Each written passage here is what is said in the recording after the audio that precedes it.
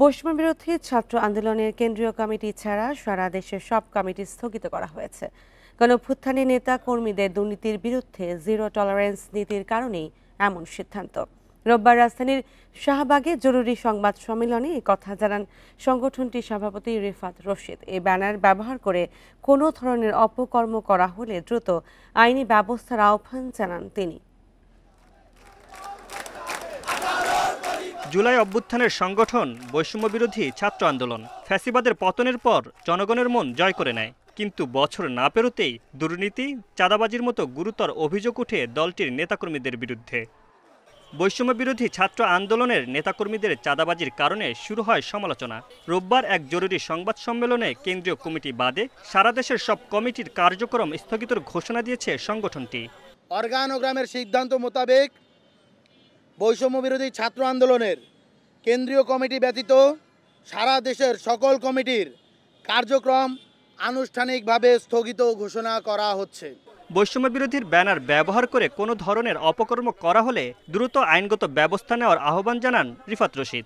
বৈষম্যবিরোধী ছাত্র আন্দোলনের ব্যানারকে ব্যবহার করে যারা কোনো প্রকার অপকর্ম করার চেষ্টা করবে, আমরা এখান থেকে স্পষ্ট জানিয়ে দিতে চাই, আপনারা তাদের বিরুদ্ধে অ্যাকশন নিন।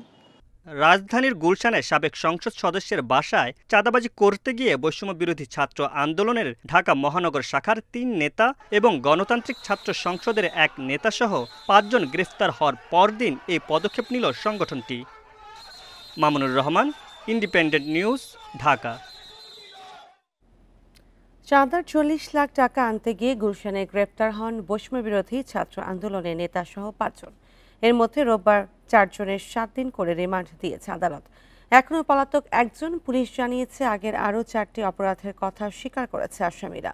ভুক্তভোগীদের দাবি, আওয়ামী লীগের দোষের অভিযোগ তুলে গ্রেপ্তারের হুমকি দিয়ে চাঁদা নেন তারা।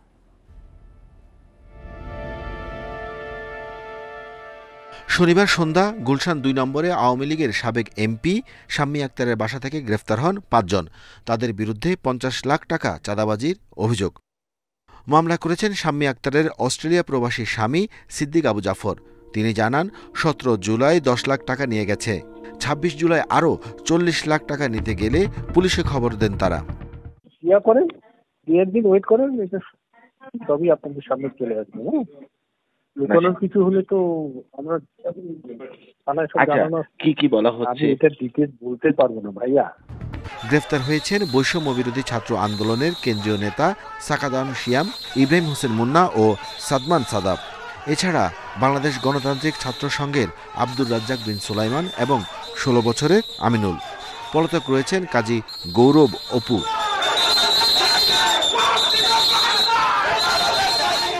এই মামলা বাদী হয়েছেন যেই বাসায় যে লোকগুলো গিয়েছিল, অভিযোগ এসেছে, সেই বাসার মালিক বাদী হয়ে মামলাটা করেছেন। তার কোনো পূর্ববর্তী বা অন্যান্য জিনিসপত্র নিয়েছে কিনা সেই বিষয়টাও তদন্ত চলছে। এরই মধ্যে অভিযুক্তদের সংগঠন থেকে বহিষ্কার করেছে বৈষম্য বিরোধী ছাত্র আন্দোলন। Arafatur Rahman, independent news, Dhaka. রাষ্ট্র পরিচালনার মূলনীতি নিয়ে ঐক্যমত্যে পৌঁছাতে পারেনি রাজনৈতিক দলগুলো। কমিশন প্রস্তাবিত মূলনীতি সাম্য, মানবিক মর্যাদা, সামাজিক সুবিচার এবং ধর্মীয় স্বাধীনতা ও সম্প্রীতির সাথে সংবিধানের ৫ম সংশোধনীও যুক্ত করতে চায় বিএনপি। আর বাম দলগুলো চায় ৭২-এর সংবিধানের ৪ মূলনীতি বহাল। তবে পুলিশ কমিশন গঠন ও প্রধানমন্ত্রী পদে এক ব্যক্তির মেয়াদে নিয়ে একমত সব দল। রাজনৈতিক দলগুলোর সঙ্গে ঐক্যমত্য কমিশনের দ্বিতীয় দফায় ১৯তম দিনের বৈঠক রোববার রাজধানীর ফরেন সার্ভিস একাডেমিতে।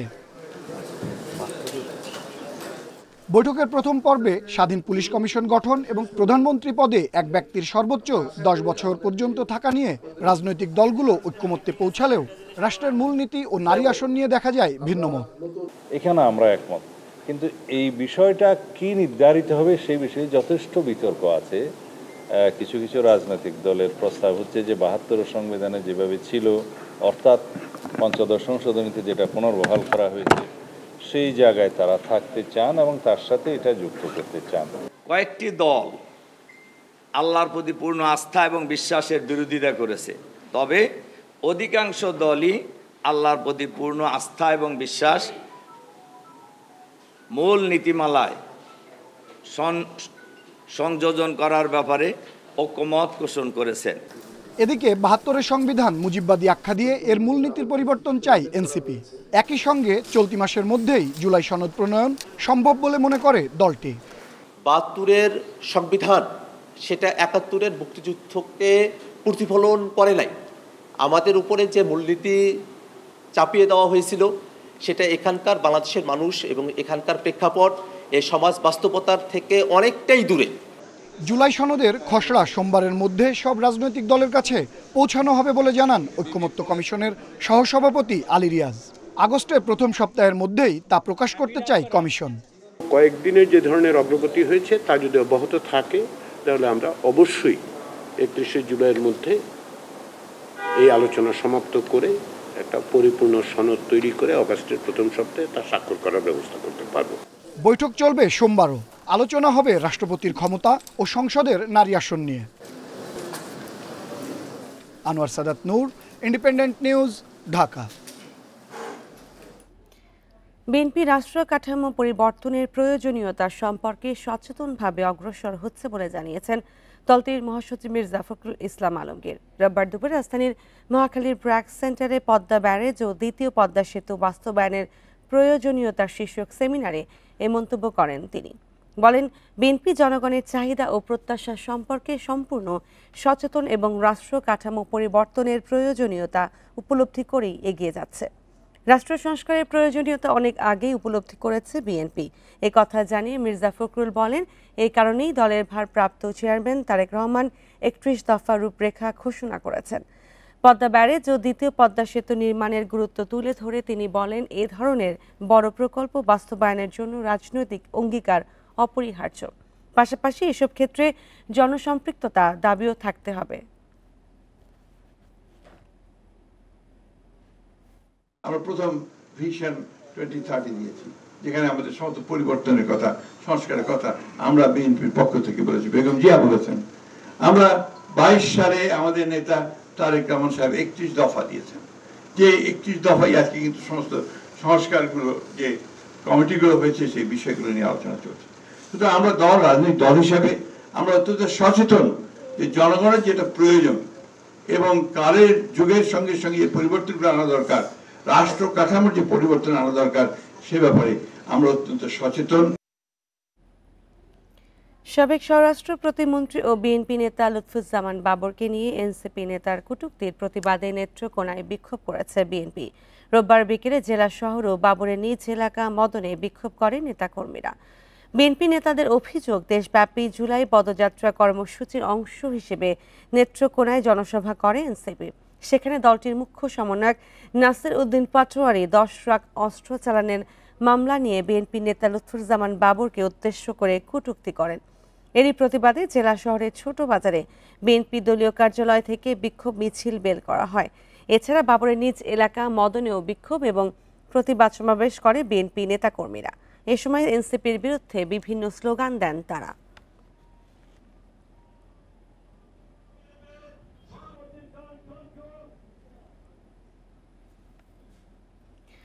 সংস্কার, গণহত্যার বিচার ও নতুন সংবিধান প্রণয়ন করে রাষ্ট্র গড়ে তোলার দাবি জানিয়েছেন এনসিপির আহ্বায়ক নাহিদ ইসলাম। রোববার দুপুরে নেত্রকোনার মুক্তারপাড়া কালেক্টর মাঠে পথসভায় তিনি এই দাবি জানান। এ সময় এনসিপি নেতারা বলেন, এমন সংবিধান তৈরি করতে হবে যেখানে ধর্ম, বর্ণ নির্বিশেষে সবার অধিকার প্রতিষ্ঠা হবে। দেশ গড়তে জুলাই পদযাত্রার ২৭তম দিনে রোববার দুপুরে নেত্রকোনার পুরাতন মুক্তারপাড়ার কালেক্টর মাঠে পথসভায় যোগ দেন এনসিপির নেতাকর্মীরা। দলটির আহ্বায়ক নাহিদ ইসলাম বলেন, যে আশা নিয়ে ছাত্র জনতার গণ অভ্যুত্থানের মাধ্যমে স্বৈরাচারকে সরানো হয়েছে তা বাস্তবায়ন হয়নি।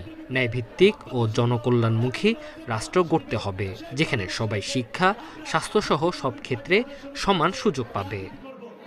সংস্কারের দাবিতে আমরা নেমেছি এবং একটা নতুন সংবিধানের দাবিতে আমরা নেমেছি। এই নতুন সংবিধানের জন্য আমাদের একটি গণপরিষদ নির্বাচন লাগবে, যেই গণপরিষদ নির্বাচনের মাধ্যমে বাংলাদেশের সাধারণ মানুষ, বাংলাদেশের অভ্যুত্থানকারী জনতা, বাংলাদেশের আগামী নতুন সংবিধান নির্ধারণ করবে। পথসভায় এনসিপি নেতারা বলেন, যারা দেশের মানুষকে গুম ও হত্যা করেছে তাদের বিচারের আওতায় আনতে হবে। তারা শাপলার ম্যাসাকার ঘটিয়েছিল, তারা বিএনপির অসংখ্য নেতাকর্মীর হত্যাকাণ্ড তারা ঘটিয়েছিল, জামাতের অসংখ্য নেতাকর্মীকে তারা গুম করেছিল। এই সকল হত্যাকাণ্ডের আমরা বিচার চাই। পরে শেরপুরে পৌঁছান এনসিপির নেতাকর্মীরা। শহরের ইনানী বাজারে শহীদ মাহবুব চত্বরে শ্রদ্ধা জানানো শেষে শহীদ থানা মোড়ে পথসভা হয়।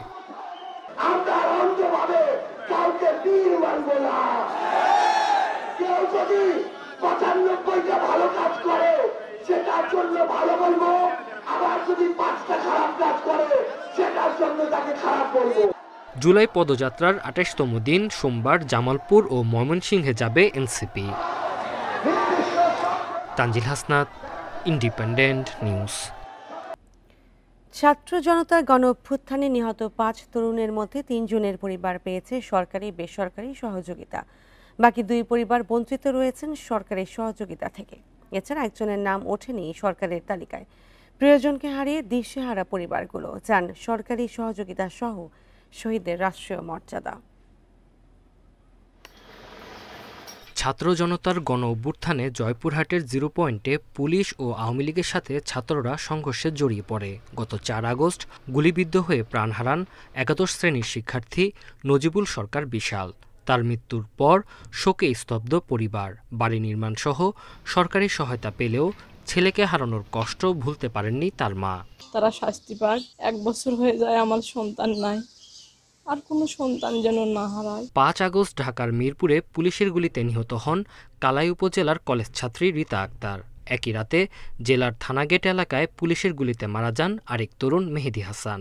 সরকারি বেসরকারি সাহায্য পেয়ে পরিবারে আর্থিক সচ্ছলতা ফিরলেও সন্তানদের হারিয়ে দিশেহারা পরিবার। যত টাকা পয়সা থাক আমাদের আর সুখ শান্তি নেই। ছেলের বিয়েতে আমি খুব দুঃখ নিয়ে বাবা।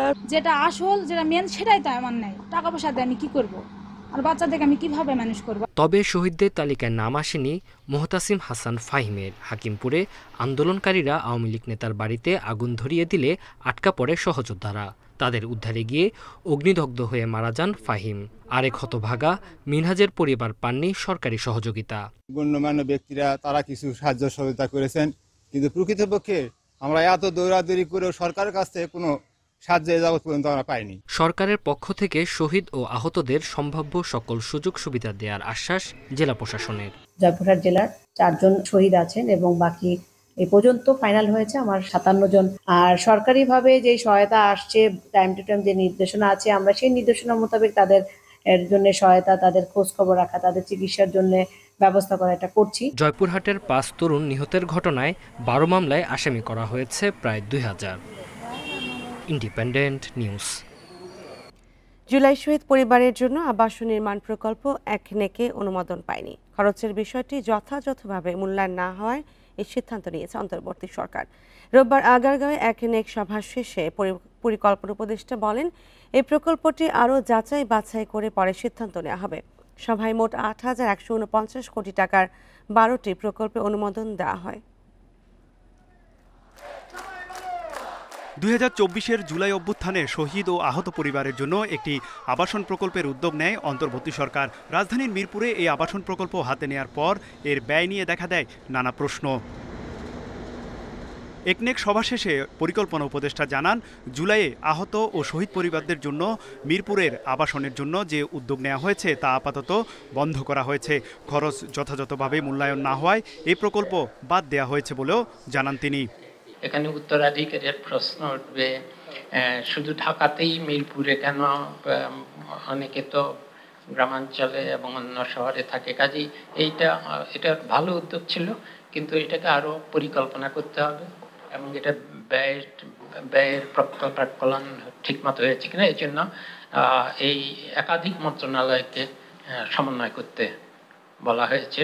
এনইসি সম্মেলন কক্ষে অনুষ্ঠিত একনেক সভায় ৮,১৪৯ কোটি টাকার 12টি প্রকল্প অনুমোদন দেওয়া হয়েছে। এর মধ্যে নতুন প্রকল্প 6টি, সংশোধিত প্রকল্প 4টি এবং মেয়াদ বৃদ্ধির 2টি প্রকল্প রয়েছে। কেন ঠিকাদার কাজ শেষ হওয়ার আগেই তার থেকে বেশি টাকা পেয়ে গেল এবং এখন আর পাওয়া যাচ্ছে না, পালিয়ে গেছে। এরকম অনেক অনেক সারা দেশের অনেক প্রকল্প আছে যেগুলোতে ঠিকাদার পালিয়ে গেছে, কিন্তু ঠিকাদারদের কাজ বুঝে নেওয়া হয়নি। এই সময় গাজীপুর এয়ারপোর্ট র্যাপিড বাস ট্রানজিট প্রকল্পে অনিয়ম হয়েছে জানিয়ে পরিকল্পনা উপদেষ্টা বলেন, দেশি ও বিদেশি নকশাকারক, সমীক্ষা ও সম্ভাব্যতা যাচাইকারী ও পরামর্শকদেরও জবাবদিহিতার আওতায় আনা হবে। তৌহিদ রানা, ইন্ডিপেন্ডেন্ট নিউজ, ঢাকা। প্রধান উপদেষ্টা অধ্যাপক মোহাম্মদ ইউনূসের বিরুদ্ধে ১.৫ দশক আগে করা এক মানহানির মামলার কার্যক্রম চূড়ান্তভাবে বাতিল করে দিয়েছে আপিল বিভাগ।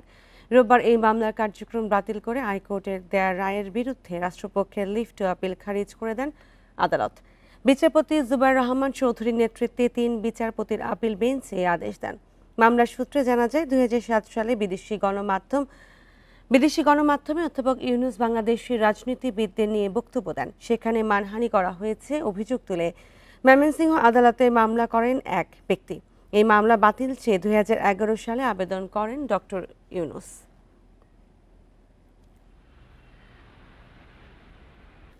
পুলিশের অতিরিক্ত ডিআইজি, এসপি সহ ঊর্ধ্বতন বিভিন্ন পদের ১৯ কর্মকর্তাকে বদলি করা হয়েছে। এছাড়া রাজশাহী সারদায় পুলিশ একাডেমির সাবেক অধ্যক্ষ অতিরিক্ত আইজিপি আবু হাসান মোহাম্মদ তারিককে ওএসডি করা হয়েছে।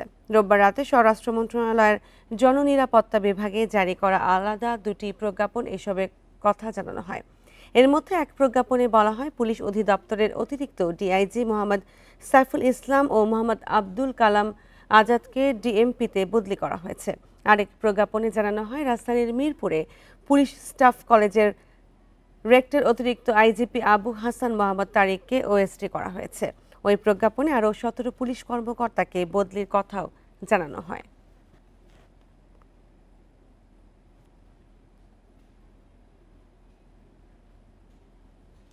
জাতীয় বেতন স্কেলের আওতাধীন কর্মকর্তা কর্মচারীদের জন্য বেতন কাঠামো নির্ধারণের জন্য বেতন কমিশন গঠন করেছে সরকার। রোববার অর্থ মন্ত্রণালয়ের অর্থ বিভাগ থেকে এই সংক্রান্ত একটি প্রজ্ঞাপন জারি করা হয়। সাবেক অর্থ সচিব জাকির আহমেদ খানকে সভাপতি করে 22 সদস্যের এই কমিশন গঠন করা হয়েছে। এই কমিশন বিদ্যমান বেতন ভাতা ও অন্যান্য সুবিধা পর্যালোচনা করে সুপারিশমালা জমা দেবে। কমিশনের প্রথম সভা অনুষ্ঠিত হওয়ার তারিখ থেকে 6 মাসের মধ্যে সরকারের কাছে এই সুপারিশের জন্য দিতে হবে। কমিশনের সদস্য সচিব হিসেবে দায়িত্ব পালন করবেন সরকারের একজন সচিব অথবা অতিরিক্ত সচিব, যিনি জনপ্রশাসন মন্ত্রণালয় থেকে নিয়োগপ্রাপ্ত হবেন। এর আগে গত বৃহস্পতিবার প্রধান উপদেষ্টার সভাপতিত্বে অনুষ্ঠিত উপদেষ্টা পরিষদের সভায় জাতীয় বেতন কমিশন গঠনের সিদ্ধান্ত হয়।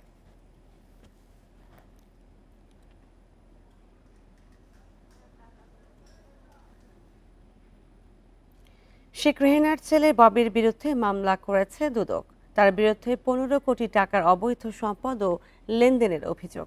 এছাড়া সাবেক বিমান বাহিনী প্রধান শেখ আব্দুল হান্নান ও তার স্ত্রীর বিরুদ্ধে মামলা করেছে সংস্থাটি। 5 কোটি টাকার অবৈধ সম্পদ ও 29 কোটি টাকার সন্দেহজনক লেনদেনের অভিযোগ আনা হয়েছে।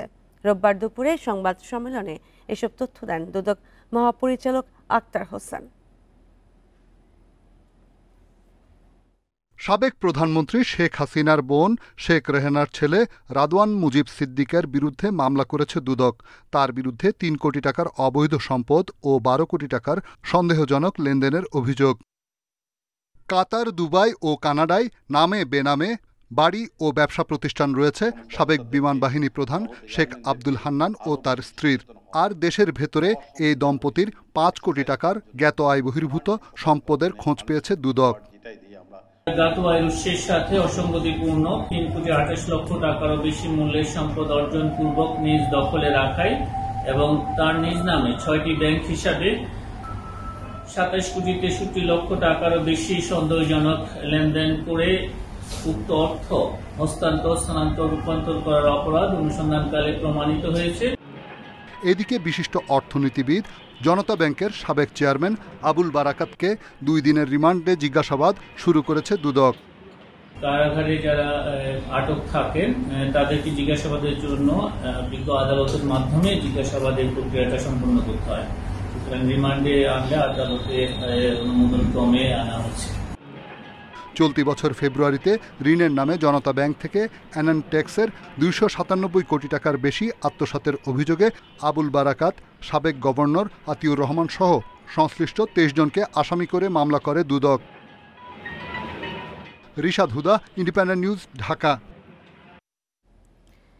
উত্তরা মাইলস্টোনে বিমান দুর্ঘটনার 6 দিন পর 9 সদস্যের তদন্ত কমিটি গঠন করেছে মন্ত্রিপরিষদ বিভাগ।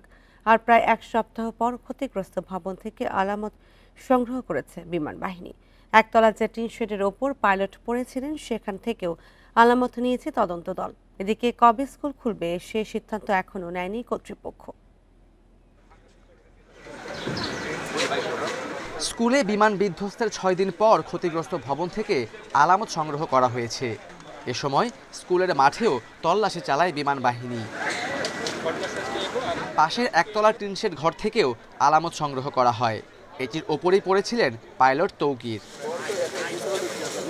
ক্ষতিগ্রস্ত ভবনটি দেখতে আসছেন অভিভাবক ও সাধারণ মানুষ। অনেকে এখনো ভুলতে পারেনি বিভীষিকার চিত্র। এটা তো একটা ট্রমাটিক কন্ডিশন, তো ওদের সাইকিয়াট্রিক থেরাপিও লাগতে পারে, বিকজ এখান থেকে ওভারকাম করা ইটস সো টাফ। মানে যাদের এটা হয়েছে, যারা ক্যাম্পাসে ছিল এই মুহূর্তে এই বিল্ডিংটাতে ছিল, তাদের তো এখনো ভয় কমে না। আমার বোন পড়ে এখানে, আমার 2টা বোন পড়ে, একটা হচ্ছে ক্লাস 5-এ আর একটা হচ্ছে 3-তে। শিক্ষার্থীদের আতঙ্কে এখনো দুশ্চিন্তায় অভিভাবকরা। স্বাভাবিক অবস্থায় ফিরতে সময় লাগবে বলে মনে করেন তারা। আমাদের ছেলেমেয়েরা এখনো ঠিকমতো ঘুমাইতে পারে না, শব্দ পাইলে ভয় পায়, বলে আব্বু আবার কি বিমান ক্রাশ হবে কিনা। 5 মিনিট বা 7 মিনিট হয়েছে, এর মধ্যে 5টা-6টা বিমান গেছে। বিমানের শব্দ শুনেই আমার বুকটা ধক করে ওঠে। আর বাচ্চাদের কি হবে? মানে এই এরিয়াতে একটা প্রতিষ্ঠান তো সবসময় থাকতে হয় নিরিবিলি একটা জায়গার মধ্যে। স্কুল খোলার সিদ্ধান্ত নেওয়া ঠিক হবে না বলেও মনে করেন অভিভাবকরা।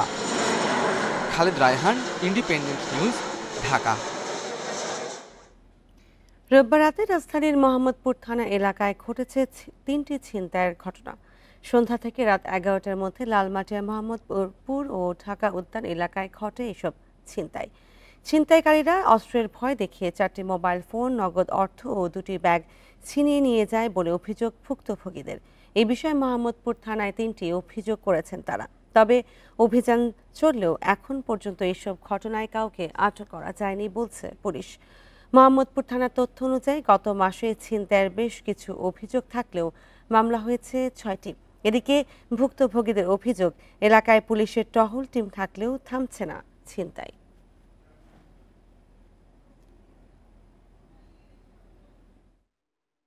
সিভিয়ার একটা সিচুয়েশন যে মানে একটা সিকিউর এরিয়াতেও দেখা যাচ্ছে আমরা সেফ না, তো যেখানে অ্যাকচুয়ালি আনসিকিউর, যেটা আমরা বলি যে হটস্পট যেখানে হচ্ছে সেখানে তো আরও খারাপ অবস্থা। যেখানে সিকিউর এরিয়া সেফ না, সেখানে আনসিকিউর তো আরও খারাপ অবস্থা। মানে ওভারঅল দেশের সিচুয়েশন আমার মনে হয় যে মানে রাস্তায় বের হওয়া অনেকটা আনসেফ হয়ে গেছে। মোট জনসংখ্যার 3.5% হেপাটাইটিস বি এবং 0.5% মানুষ হেপাটাইটিস সি ভাইরাসে আক্রান্ত। এর মধ্যে বি ভাইরাসে আক্রান্ত পরিবারের 28%ই সংক্রমিত হচ্ছে নীরব ঘাতক এ রোগে, এমন গবেষণা বারডেম হাসপাতালের। মা থেকে নবজাতককে সংক্রমণ রোধ ও নিরাপদ রক্ত সঞ্চালন নিশ্চিত করলে হেপাটাইটিস প্রতিরোধ সম্ভব বলছেন চিকিৎসকরা। সাভারের হেমায়েতপুরের বাসিন্দা আব্দুর রব গার্মেন্টসে চাকরি করতেন। কিডনি জটিলতায় 9 বছর ধরে সপ্তাহে 2 দিন ডায়ালাইসিস নিতে গিয়ে এখন তিনি বেকার। এর মধ্যে 3 বছর ধরে হেপাটাইটিস ভাইরাসে আক্রান্ত তিনি। তবে তার পরিবারের সদস্যদের এ নিয়ে ধারণা নেই। নিজে সুই দিতে পারি নাই, ছেলেরও দিতে পারি নাই, কে মনে করেন হের চিকিৎসা আমি চালাইতে পারতেছি না। জাতীয় কিডনি হাসপাতালে নিয়মিত সেবা গ্রহণকারীদের উল্লেখযোগ্য সংখ্যক হেপাটাইটিস বি ও সি ভাইরাসে আক্রান্ত। এ রোগ সম্পর্কে সচেতন থাকার অনুরোধ চিকিৎসকের। যেহেতু ডায়ালিসিস পেশেন্ট, সেহেতু তাদেরকে চেনা জানা লোকের ব্লাড দিতে হবে এবং ব্লাডের জন্য আলাদা সাপ্লিমেন্ট দিতে হবে। অনেক সময় ব্লাডের ইঞ্জেকশন পাওয়া যায় অথবা ক্যাপসুল পাওয়া যায়, ওই জিনিসগুলো নিতে হবে ব্লাড কম দিয়ে। হেপাটাইটিস বি আক্রান্ত 100 রোগীর পরিবারের সদস্যদের নিয়ে গবেষণা করে বারডেম হাসপাতাল। সেখানে 28 ভাগের বেশি বি ভাইরাস শনাক্ত হয়। পরিবারের মধ্যে এইচবিসিজি পজিটিভ নীরবে রয়ে গেছে, কোনো সিমটম নাই। ব্লাড দিতে গিয়ে অথবা বিদেশ যাওয়ার স্ক্রিনিং করতে গিয়ে অথবা প্রেগনেন্সির স্ক্রিনিং করতে গিয়ে প্রথম জানেন যে তার ভিতরে এইচবিসিজি রয়ে গেছে, তো ইটস অ্যালার্মিং। গর্ভবতী মা থেকে সন্তানের ভাইরাল হেপাটাইটিস সংক্রমণ রোধে টিকার বিকল্প নেই বলছেন বিশেষজ্ঞ চিকিৎসকরা। একটা আল্ট্রাসাউন্ড করেন, একটা এইচজিবিটি করেন, এই করলে আপনার হেপাটাইটিস বি সংক্রমিত লিভার রোগ আছে কিনা, সি সংক্রমিত লিভার রোগ আছে কিনা, অথবা ন্যাশজনিত লিভার রোগ আছে কিনা, এমনকি অ্যালকোহলজনিত মদ্যপানজনিত লিভার রোগ আছে কিনা, তাহলে ধরা পড়বে। উপসর্গহীন নীরব ঘাতক হেপাটাইটিস পরীক্ষায় নেগেটিভ হলে ভ্যাকসিন নিয়ে এটি থেকে রক্ষা পাওয়া যায় বলছেন চিকিৎসকরা। Buddhadev Kundu, independent news, Dhaka. আর এই ছিল এখনকার সংবাদে। ধন্যবাদ সবাই।